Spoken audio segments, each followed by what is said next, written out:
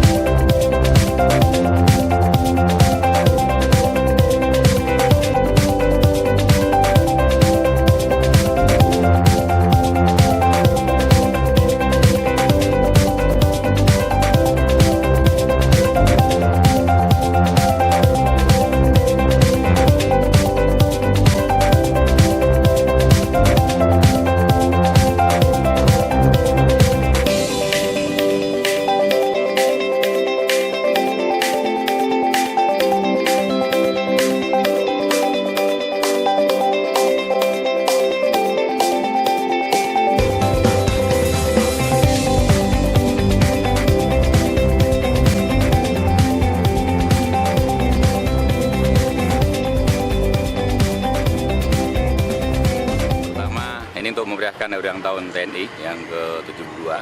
Kita pilih perahu apung karena di Aceh ini ada Sungai Krung Aceh yang membelah kota Banda Aceh, menjadikan barat dan timur kurang lebih 10 km. Ini sungainya cukup bagus, aliran cukup bagus, bisa kita manfaatkan untuk transportasi dan sebagainya. Jadi untuk memancing masyarakat, kita adakan lomba perahu dayung. Di antaranya juga menyemangati jiwa persatuan antara TNI dan rakyat.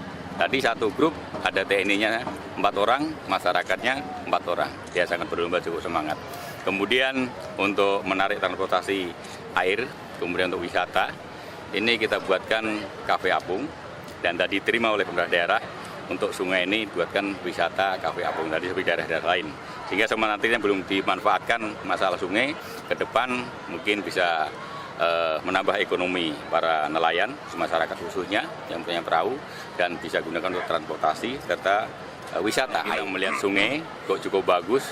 Saya sendiri pernah tugas di Kalimantan Barat, lihat adanya kafe apung seperti itu, Palembang juga ada, kok di Aceh belum ada. Sehingga kita buat untuk menarik masyarakat. Tadi dari Pak Wali Kota sangat menyambut baik, sehingga nanti ke depan bukan kita buat komersil, masyarakat lah biar nanti buat kafe apung.